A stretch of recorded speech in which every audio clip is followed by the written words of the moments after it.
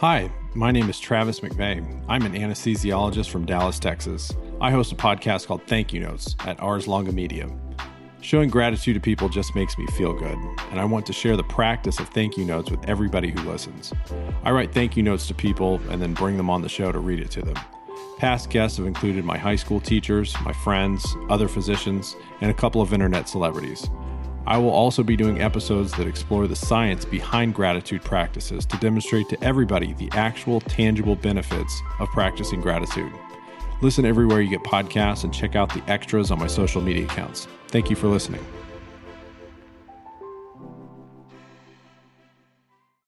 This episode is sponsored by Kaplan Medical. If you head over to captest.com and use the offer code ITB15, you can get 15% off any Kaplan Medical product. And importantly, for AMA members, you can combine this discount with your AMA membership for a total of 40% off. I want to live outside of all of this.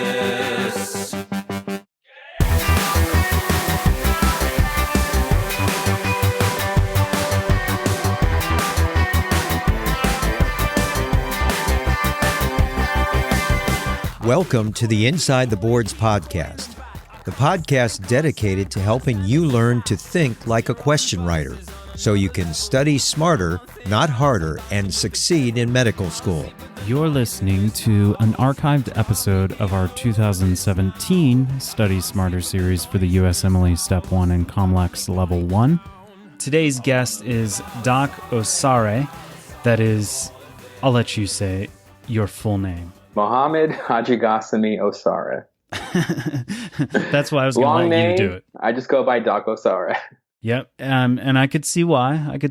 Like, your huge YouTube channel / Mohammed and the rest of your names might be a little hard for search engine optimization. But people can... Patients. And for patients, too. But you can find his great study advice, tons of videos, hundreds of thousands, probably millions at this point, of views at youtube.com/Docossareh. So that's OSSAREH, correct? That's right. And actually, I think we just hit 5 million views. 5 million? Right. Oh, man, we've got some catching up to do on the audio side of things. We're welcoming him today on the podcast because he is, like us, committed to free open access medical, advice / education, and is a neurology resident. So he's going to provide some expertise and learning related to some neuroscience questions for Step 1 level stuff. But before we get into that, let's talk a little bit about the growth of your channel. What inspired you to... And he's being paged. That's the hospital. Real life medicine right there. Yep. Answering pages, even at home. Yeah. I bet all the students listening, they're like, oh my gosh, I cannot wait to be a real doctor. And when I was a third year med student, having a pager to me was like the coolest thing ever. I felt like I had a Lamborghini, and I would sit there eagerly as I walked the wards, hoping to get a page. Yeah. You never do. Now, gosh, when you're doing the night flow and it's 3 a.m. and you get another page, I don't know what I was thinking as a third year student. Yeah, I know. Because I also thought it was cool, like as an intern, maybe for like a week, maybe 2 weeks, maybe. And then I was like, you know what, this kind of sucks. All right. So tell us about your channel. What inspired you to, I'm sure, take a lot of time to provide some advice and guidance for pre-meds and medical students via YouTube? So when I was back in college, I got super lucky. I went to a great college called St. Mary's College of California. It's in the East Bay in the small little city up in the hills of Moraga. Super small classrooms. Every upper division class is maxed at 16 students and 1 PhD. No TAs, no big lecture halls, super small and intimate. Really kind of a unique experience. And I didn't do too well. And I've said this in many of my videos. I did not do too well in high school. I wasn't that dedicated. I wasn't really challenged. I was just kind of doing my own thing, playing around. And then I thankfully went to a good college, got a lot of intensive mentoring by people who showed an interest in me. And I also had I wanted to perform well. And I got lucky in that professors were willing to invest time in me to kind of make me stronger. And I was looking back, and I would call my friends on the phone back in high school and try to share the advice I was getting. And it became, quite cumbersome pretty early on. One friend would talk to another, and he'd be like, "Hey, can you talk to this guy too?" and kind of share stuff. And then eventually I realized I needed like at least some type of platform. I could just make a video or put my audio out there, and then my friends could just see it. It would just save me time, and then I could follow up with them and we could hang out or whatever.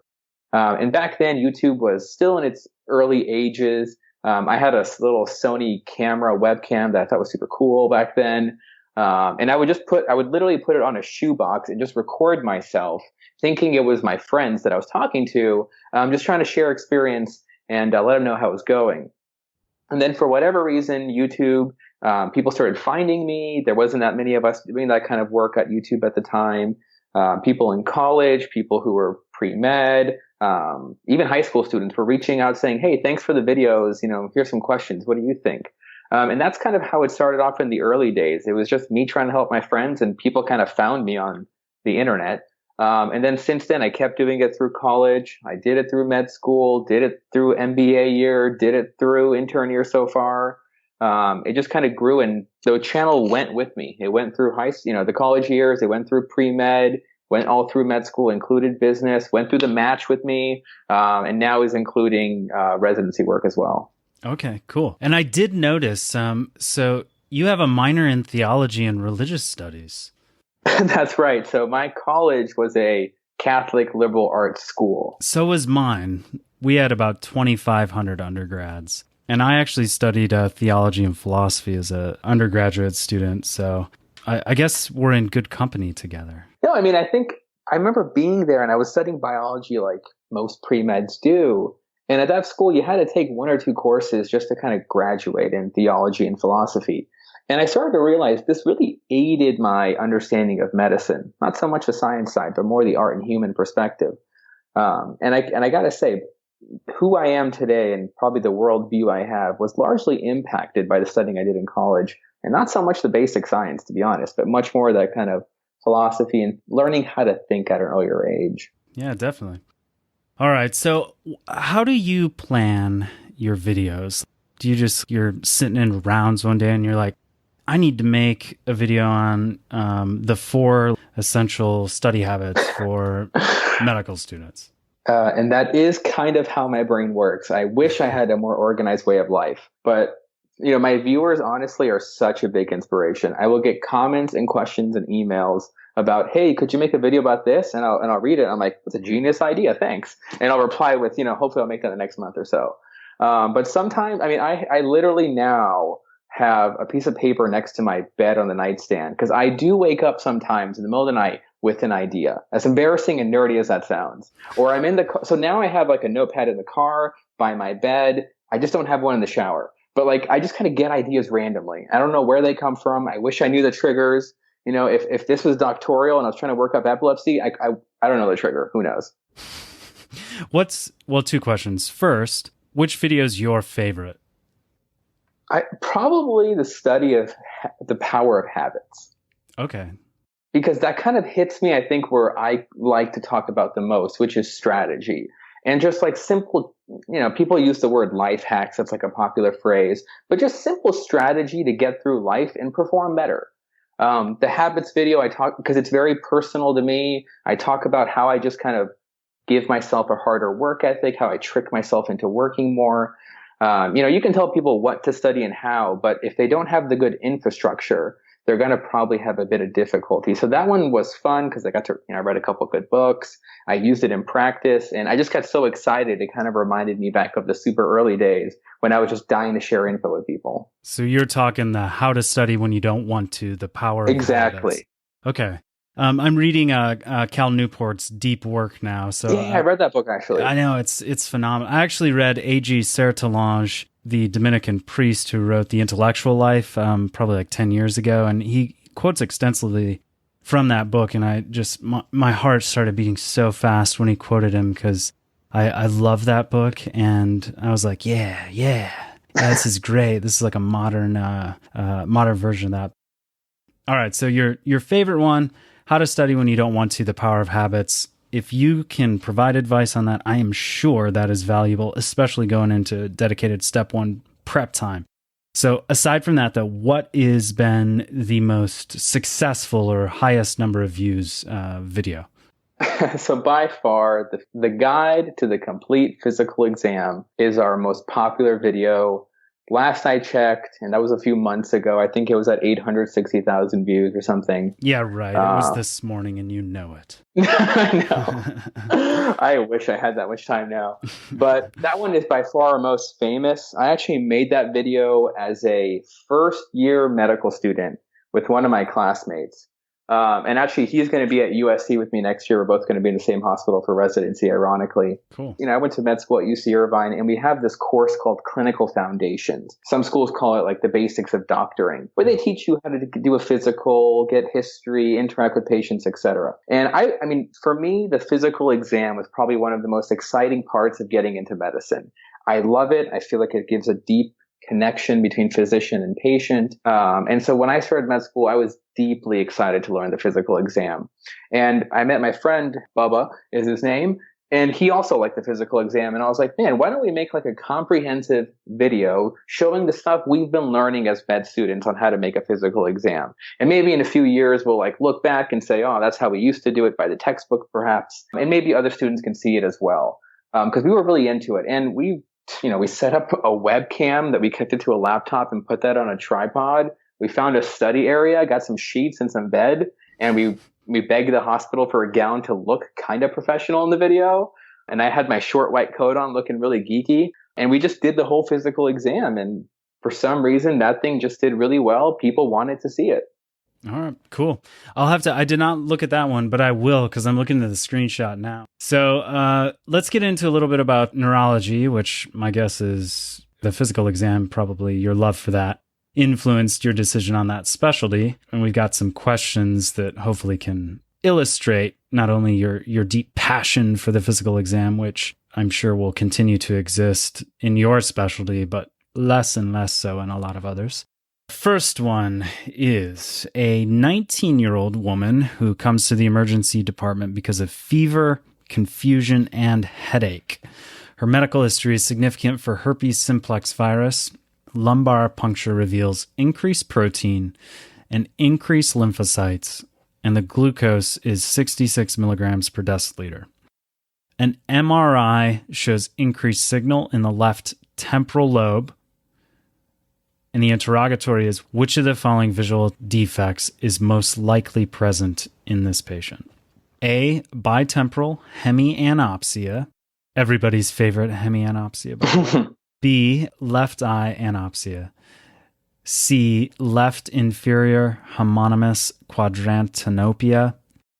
D, right eye hemianopsia. Or E, right superior homonymous quadrantanopia. Ugh. And you wonder why no one wants to do neuro. Or ophthalmology. Correct. I've already in the past month complained about having to learn things about the eye, so I will refrain. All right, you're studying for step 1, and you just see all these like unpronounceable answer choices. How do you approach this question? Okay.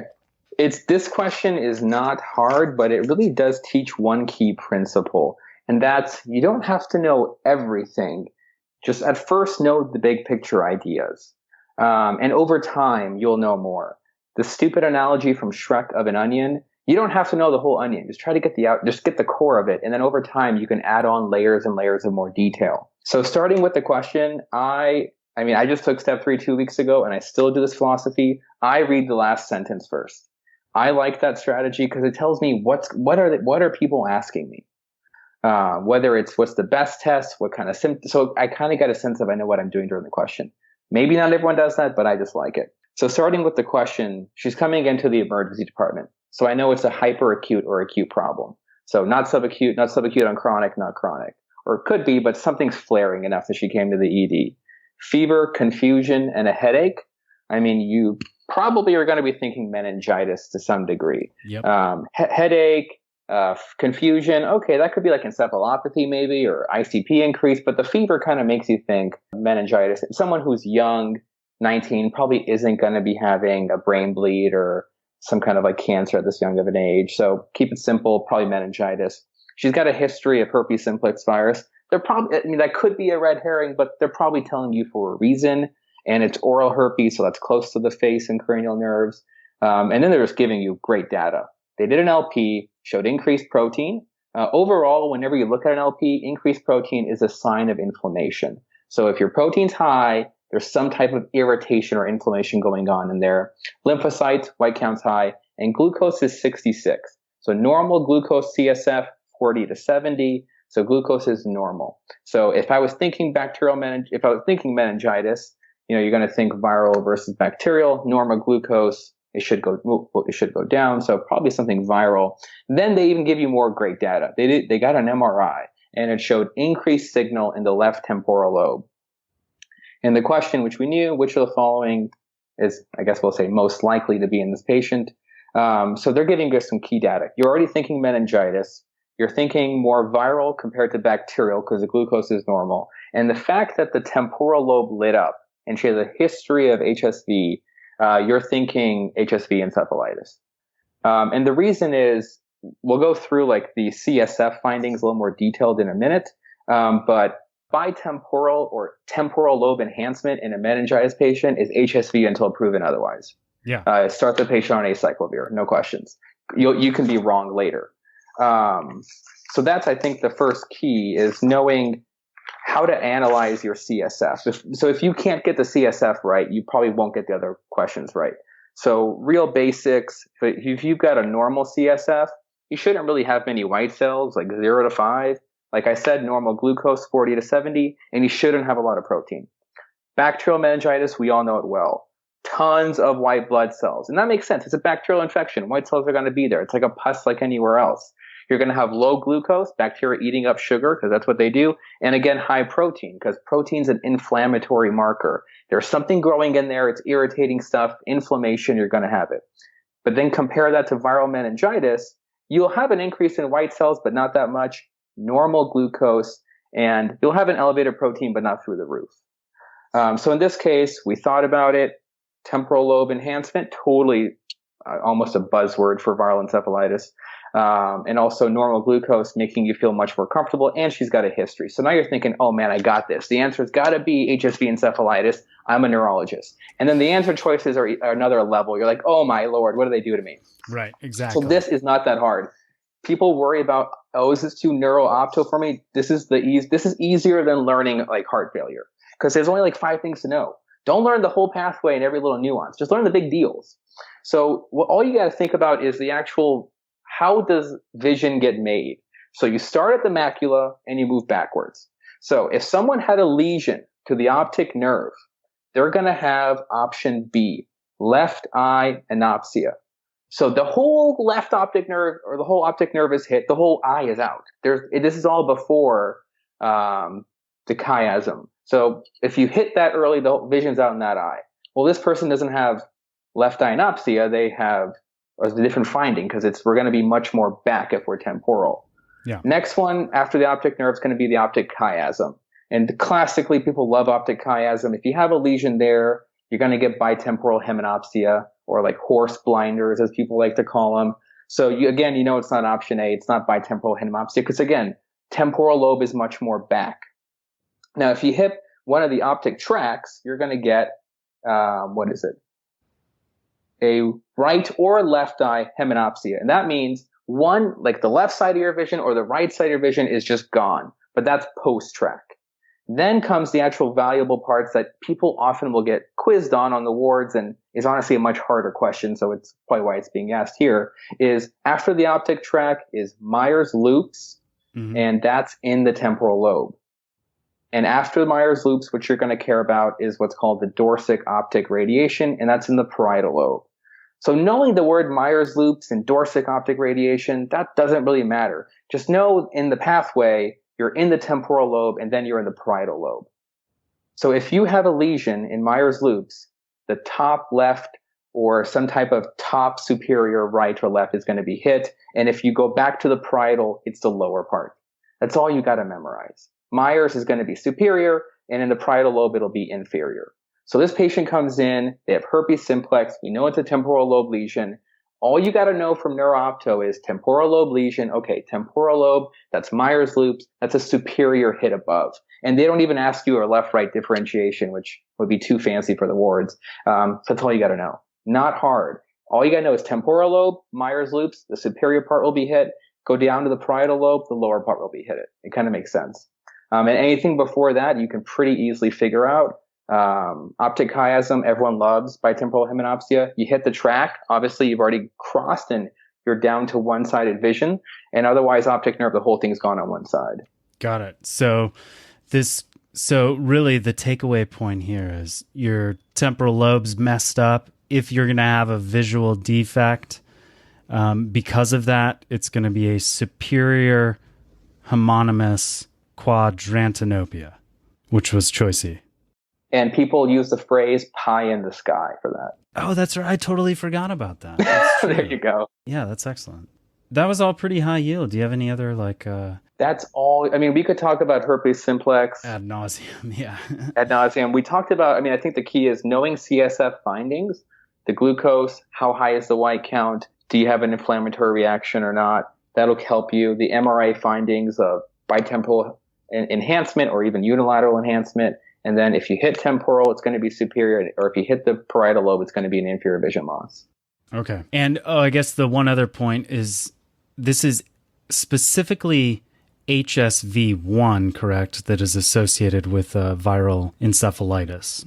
That's right. And that makes sense. HSV1 being more oral and HSV2 being more genital. HSV1 going into the ganglion and then kind of reactivates and can hit the CNS. Okay, got it. But just so you know, HSV2 can clearly be there. You can get HSV2 in the mouth as well. Yeah. And I suppose a pediatric population in terms of neonates have the potential to get an HSV2 CNS infection shortly after birth if their mom is afflicted with that virus. Exactly. All right, let's move on. Next. Okay. We have a 57-year-old man coming to the office because of leg pain and urinary incontinence for the past 2 years. Mm-hmm. He says he can't remember ever seeing a doctor before, and his medical history is therefore uncertain.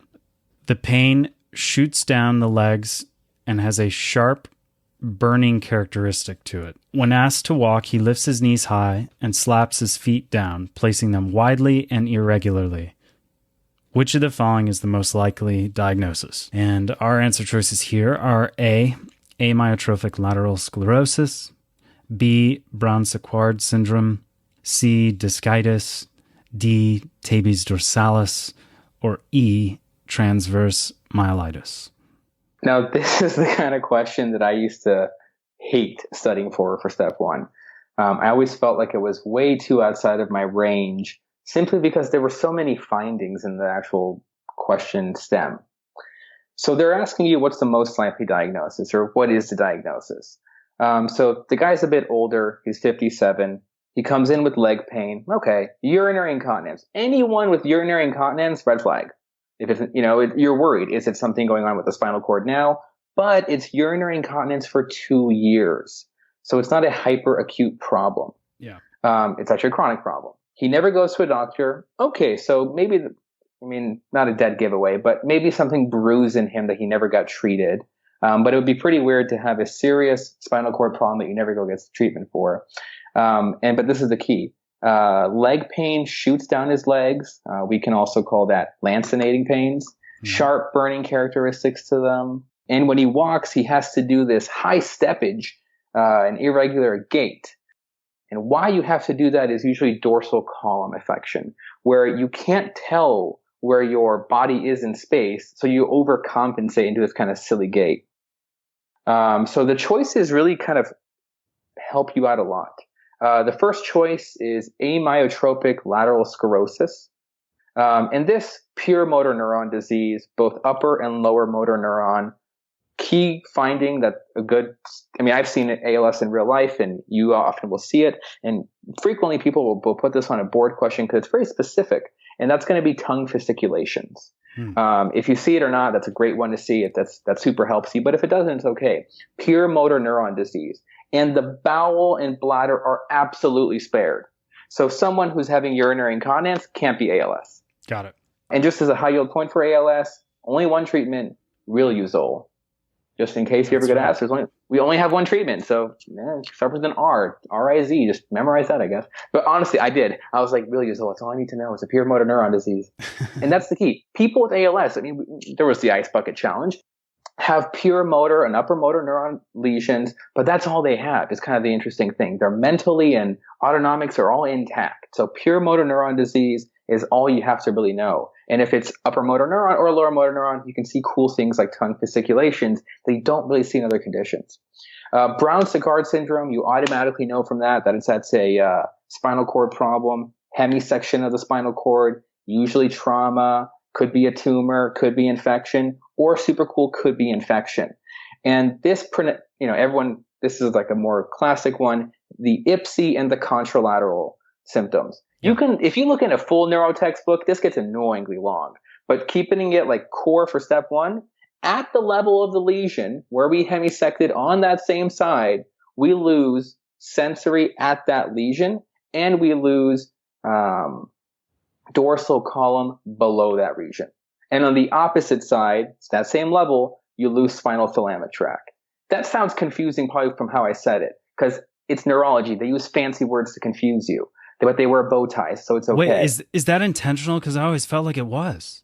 It is, but let me tell you in a nice way, as one of I'm going to try to make it simple. So ipsilateral, where the lesion is where they can't feel. You start touching, they can't feel it. And that same side, the dorsal column's affected. So they don't have proprioception. They don't know where their arms are in space. They can't feel vibration. They can't tell tactile. And that's on the same side. And only thing you need to know for the opposite side is pain and temperature. So you do have to memorize. Same side, you have a line of sensory where the lesion is, and on that side, the dorsal columns hit, and on the opposite side, pain and temperature with the spinal thalamal tract. We don't hear any about this in the case. Maybe some dorsal column stuff, but we don't hear anything about a focused lesion. There's no IPSY contra component. The guy seems pretty symmetrical. So again, pretty unlike. And Brown-Séquard's very specific presentation. So if you're seeing an IPSY dorsolateral and a contralateral spinal thalamic, it's going to be Brown-Séquard. They're not going to trick you. So that's a pretty easy one you can rule out quickly. Next one is discitis, which just means an infection of the intervertebral disc. This is going to look like a severe back pain patient. You touch their back, they're screaming. We don't get this symptom again. We're getting like, guy's been uncomfortable for 2 years with leg pain, not the guy's dying in pain in front of you. Second, patients are going to have a lack of mobility, not this like weird high steppage gait, and they're going to be sick. They could have an epidural abscess. They could be showing up in the ICU where the wards with sepsis or septic shock. So it doesn't look like a localized thing. It looks much more spread out to this guy. Urinary incontinence, legs are acting weird bilaterally, not so localized, like a true little infected thing like this discitis. Just because it's around the spinal cord doesn't mean you're going to have a full neuro symptom. Anything can be infected. Next one is tabes dorsalis, which is the right answer in this case. And that's because the guy's got tertiary syphilis. Who would have thought? It just comes out of nowhere. Seems like a nice guy. He's 57, doesn't go to the doctor, so he's not like bothering you. You know, he's got like all these symptoms. Then boom, tabes dorsalis. And that's the interesting thing. When I first read the case, my mind didn't go to tabes dorsalis. I was like, what are the options here? What are they trying to get at? Because it's not like no one thinks about tertiary syphilis or tabes dorsalis that quickly. I mean, it's not something that's on our radar. I mean, how frequently do you even see syphilis anymore, or the later manifestations? Unless you're kind of in more rural or in more of a county program, it's just not very common. Or you're listening to this podcast, in which case you'll probably see it 3 times within the next month just because we brought it up. You're welcome. But tabes dorsalis is a big deal. Tertiary syphilis is tested because who the hell thinks about it? Yeah. And I like tertiary syphilis. So what is it? Tabes dorsalis. So who gets syphilis? I mean, we know. MSM, HIV-infected patients, and HIV-infected patients are much more likely to progress up and get neurosyphilis versus others. We all know it's Treponema pallidum, spirochetes. All right, so you got someone, they had primary syphilis. They didn't go to the doctor, I guess. The guy didn't get penicillin because he doesn't go to the doctor much. He probably got some stages of secondary syphilis. Again, who knows what he was doing. And now tertiary syphilis comes along and he has tabes dorsalis. So tabes dorsalis is literally translates into the decay of the back, dorsalis being the dorsal column. So if dorsal column's affected, we're going to have some key findings. One, for this guy, he has lancinating pains. Like he says, the pain shoots down my leg. He's got urinary incontinence. Now, the next option is transverse myelitis, which also has urinary incontinence. But this guy's had it for 2 years. So it's not a hyperacute thing like you see in transverse myelitis. It's slow. So tabes dorsalis, you do get neurogenic urinary incontinence, but it's not overnight. And when you get it, these people, for some reason, have been away. So lancinating pain, he does have urinary incontinence, and he also has this sensory ataxia. This guy has a very weird gait. He lifts his knees high and slaps them down the floor because he can't tell where his feet are in space. He lacks proprioception. So it's kind of if you think about it in the sense that it's urinary incontinence, which only a few things have. It's been going on for 2 years. He's got leg pain, which is very kind of a thing you see with tabes dorsalis, and he has poor proprioception, so dorsal column's affected. It all kind of points to tabes dorsalis at this point. Yeah, so if I were writing this question, I probably would have made it about like Nietzsche. Do you know the story of Nietzsche? Friedrich Nietzsche, the philosopher. He apparently went and listened to Wagner's Ring Cycle, Der Ring des Nibelungen. You know, it's got the Flight of the Valkyries in there.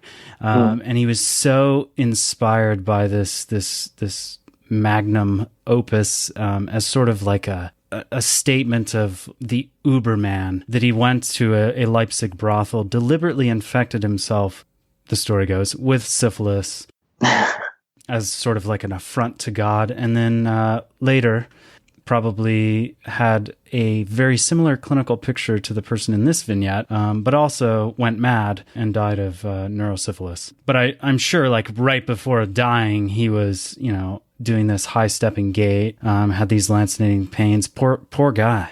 Poor guy. Yeah, poor guy. And, of course, 2 more things. One, our Robertson pupil. It accommodates but doesn't react, kind of like with our story with prostitution. And a side point here, just because we're talking about tertiary syphilis and the actual management's interesting. So most things with syphilis we treat with penicillin, right? If you got primary, we give you IM penicillin. If you have even secondary syphilis, we still give you IM penicillin. There's only one case in which you give someone IV penicillin, and that's neurosyphilis. Yep. So simple to know. Everyone's getting IM. It can be for the duration varies on how long you've had it. But if you've got neurosyphilis, you're getting IV penicillin. Now, what if you're allergic to penicillin? Too bad. It's penicillin. You're going to get desensitized. So that's how good penicillin is for these problems. You have neurosyphilis and you start complaining to me about your pen allergy, we're going to desensitize you, and then I'm going to give you penicillin to fix it. So side point here, always treating with penicillin. Just know the IM IV route difference. And too bad if you're allergic, you're getting it anyways. Thank you. That was a very succinct summary of some high-yield syphilis points, and very forceful too. I'm sure your bedside manner is not at all not at all the delivery in that manner. But that's how I think about it in my head to remember it. He's getting it whether he likes it or not. I like it. All right, and last option here is transverse myelitis. And when I first read the question, whenever I hear urinary incontinence, I just think of transverse myelitis. But for 2 years, come on. So transverse myelitis, neuroinflammatory condition of the spinal cord, usually post-infectious, can be bacterial, can be virus. It can even be post-vaccine. Oh, that's kind of awkward. Or if you have any autoimmune disease. But the key with transverse myelitis, and people love to pimp on this on the boards, bimodal distribution. You're young, 10 to 19. You're a bit older, 30 to 39. That's when these people get it for some reason. And these people do have both sensory and autonomic dysfunction. So in this case, it'll be bowel, it'll be bladder, it'll be sexual, but this is going to be acute onset. Usually the case is going to be someone had a GI thing, they had a upper uri thing. Couple of days later, they start to feel this. So it's not going to be, guy was fine for 2 years and then now comes in with urinary incontinence. Got it. So transverse myelitis, see some kind of infection prior, acute onset, demyelination, bimodal age distribution versus tertiary syphilis in a guy who's going to have you don't hear about these lancinating pains in transverse myelitis. You don't hear about dorsal column weird steppage gait. It's just sensory and autonomics. Next, a 35-year-old woman comes to the office because of numbness and tingling in her lower limbs for the past 2 days. She reports a recent influenza infection, which subsided 3 days ago. Over the past day, the numbness has become accompanied by weakness and spread to the upper extremities. Her temperature is normal, pulse is normal, respirations are normal, and her blood pressure is normal. Which of the following test results will confirm the diagnosis? A. Albuminocytologic dissociation in the cerebrospinal fluid. B. Decreased cerebrospinal fluid glucose. C. A positive edrophonium challenge. D. A positive fluorescent treponemal antibody absorption test. Or E. A positive culture for Campylobacter jejuni. This is a good one. The key, okay, this is the key that, I learned the hard way by doing questions over time.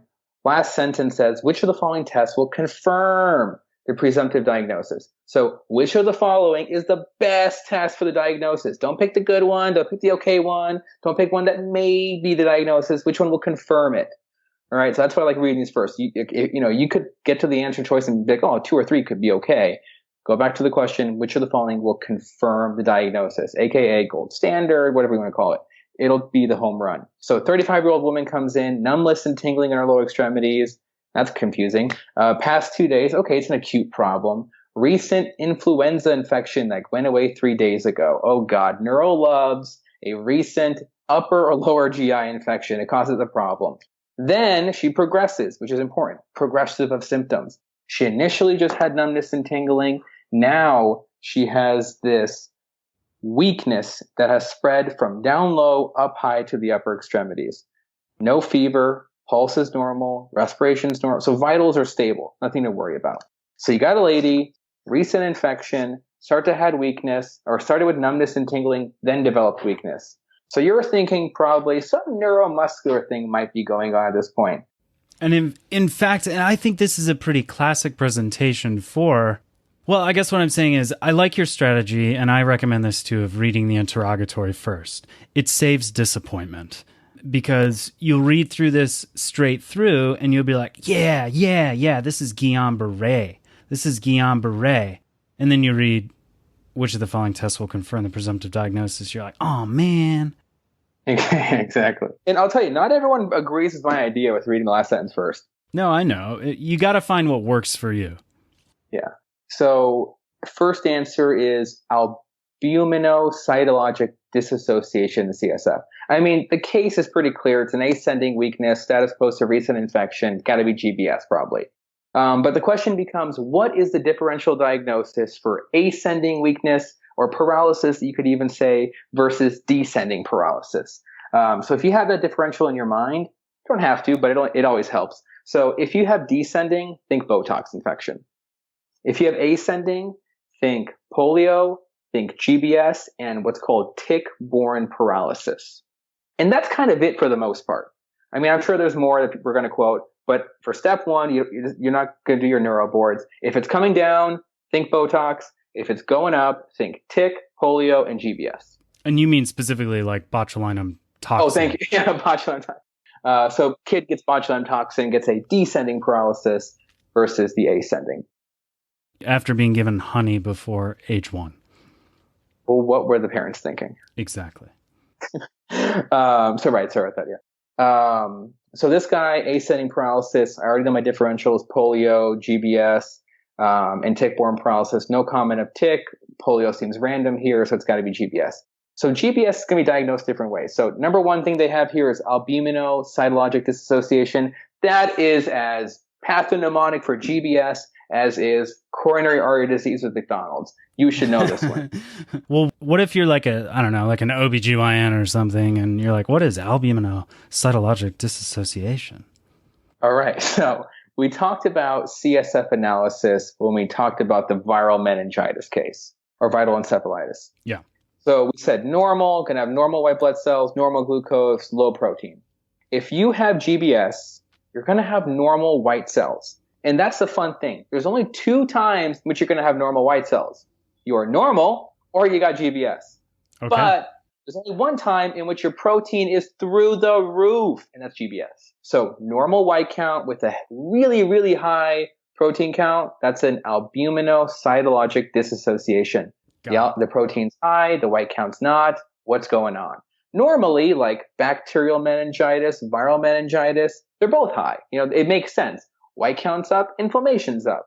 But in the case of GBS, there is no white count. There is no infection. But the protein's really high. And like we said earlier, high protein in CSF is an inflammatory reaction. And GBS is just that. It's an autoimmune disease. It's inflammatory now. So albuminocytologic dissociation is so pathognomonic, we can use it to confirm the diagnosis. So that's kind of a dead giveaway. You just got to kind of memorize that one. But it's not that bad because, like I said, there's only two cases of a normal white count, and that's normal in GBS, and protein's only super high in GBS. Got it. All right. Other choices here, super important to go through. Decrease CSF glucose.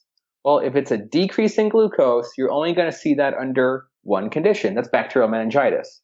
Also, tuberculosis meningitis, but again, these things are not like viruses. They're eating the sugar. So bacterial meningitis, glucose, we said normal was 40 to 70, so less than 40. It's going to be bacterial. This guy doesn't sound bacterial meningitis at all. No fever, no photophobia, no stiff neck, no confusion, no headache. This sounds too distal. Next option is a positive edrophonium challenge. If I could tell you how much I hate this word edrophonium, it wouldn't even begin. I don't know where to start. Also called the tensilon test. People just like throwing these words in there. One, there's two words, and two, it confuses you. So edrophonium, or also called tensilon, is an acetylcholinesterase inhibitor. We use it to diagnose myasthenia gravis. The myasthenia gravis, neuromuscular disease, antibodies against the acetylcholinesterase receptor.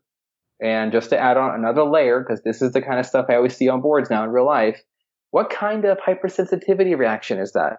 Type 2, antibody to something, type 2, complex 3. So myasthenia gravis, antibody against the receptor, type 2 hypersensitivity, antibody usually comes in the thymus. And this also has a bimodal distribution. Women, 20 to 30, men, 70 to 80, old. And this gives you progressive weakness with use. Something for us to look forward to. Oh, it's going to hit us. We better take our thymus out while we can. So progressive weakness with use, the opposite of Lambert-Eaton, essentially. So for these people, the first thing they always complain about is, they don't come in and tell you my extraocular muscles are fatigued. But they tell you, man, my eyes are a little tired, or I'm getting some blurry vision. That's because the extraocular muscles are getting fatigued from the myasthenia. So we give them an acetylcholinesterase inhibitor blocker, tensilon, or also called edrophonium, and then they feel better. The weakness goes away. Wow, we diagnosed something. But this doesn't sound like that. It doesn't have like an ascending picture. It's just mainly small muscles that are hyperused, like the eye first. Got it. And then option D, fluorescent treponemal antibody absorption test, also called the FTABS. That's for syphilis. It's not neurosyphilis. Is this neurosyphilis? Doesn't sound like it to me. It sounds like Davies dorsalis. If I was going to treat this guy with neurosyphilis, how would I give him the penicillin? You would give it IV. Got to give it IV. What if he's allergic? He's still getting penicillin. Don't care. You're getting it. Tough life. So this doesn't sound like syphilis. We just talked about it. No weird gait, no pain. This guy's got an ascending thing. Ascending isn't syphilis. This kind of movement isn't syphilis. E, I thought, was the only fair complementary answer. Positive culture. I like to call the most attractive distractor. I love your formal terminology. I made it up. If I could be as educated as you. Actually, I got to learn. So positive culture for Campylobacter jejuni. I mean, you can quickly knock out the middle answers and get to this one. So here's the thing. Most people with GBS will have some type of upper respiratory or lower GI infection. Campylobacter is like as overused of a buzzword as you could get for GBS. And someone may see this and say, this sounds like GBS. Oh my God, Campylobacter, I nailed that one. Thank you, first aid. That person didn't do too well because they forgot to read the last line and say, what are they asking me? Like my teacher said in college, my favorite general chemistry teacher, answer the question being asked, not the one you want to answer. You want to answer Campylobacter because it's easy and fun, but unfortunately, it's not the answer. So if it's which one of the following is going to confirm it, Campylobacter could be the cause, or you could just have Campylobacter and have GBS for another reason. It ain't going to sell it to you. So out of all the options, what will confirm it is this albuminocytologic dissociation. We only see it with GBS. Normal white count, super high protein, too weird to be offset. Dead giveaway for GBS. Wow, that was great. You packed so much neuroscience into the past 45 minutes or however long we talked. You almost made me want to switch specialties, almost. But I can't because I'm stuck. I'm already board certified and I can't be a resident again. I just couldn't handle it. Yeah, it's not that fun. Yeah, it's not. But it's not all bad. Docossareh, thank you so much for your time. We will be following your YouTube channel closely, linking to you, tagging you in our social media. And anytime you want to come back and teach something, you have a place. Thanks for having me. Always a blast. And as always, enjoy your studies. And for those of you who stuck around to the end, thank you. I want to tell you about a kind of a fun thing we're doing. So this is going to be a fake USMLE question campaign, and we're tying it to a contest. So from now until July 15th, head over to Twitter, go to my page @BoardsInsider, look for the pinned tweet. What we're doing are fake USMLE questions. So here's an example.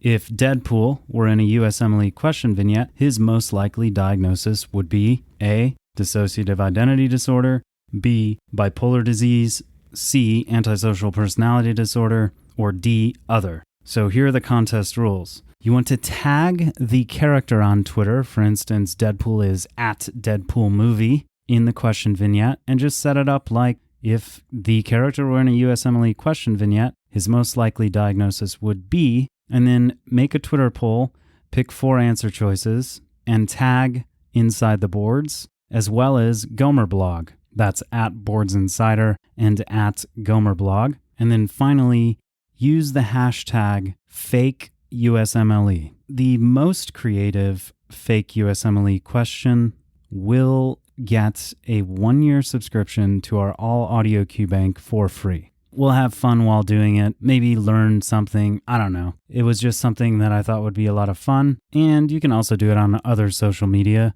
I guess Reddit, Facebook, and Instagram, where on each platform we are @InsideTheBoards, or you can just send us an email to info@insidetheboards.com if you would like to contribute to the fake USMLE campaign.